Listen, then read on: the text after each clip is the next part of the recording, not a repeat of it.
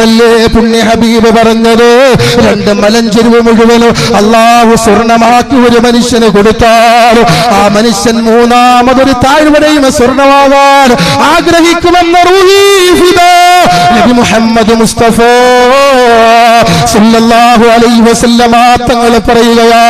എന്റെ പ്രിയപ്പെട്ടവരെ, അതുകൊണ്ടാണ് മഹാരഥന്മാര് പറഞ്ഞത് എന്താണ് ദുനിയാവെന്നറിയുമോ?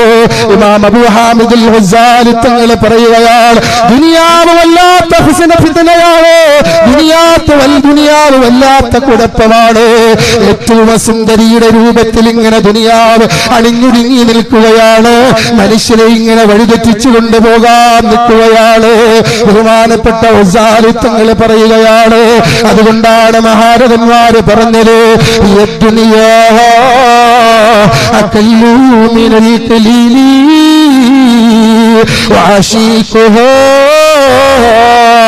അദല്ലു മിനൽ ദലീലി. ദുനിയാവെന്ന് പറഞ്ഞാൽ എന്താണെന്നറിയുമോ? ദുനിയാവെന്ന് പറഞ്ഞാൽ ഏറ്റവും കുറഞ്ഞതിൽ ഏറ്റവും കുറഞ്ഞതാണ്. വഅശീഖുഹാ അദല്ലു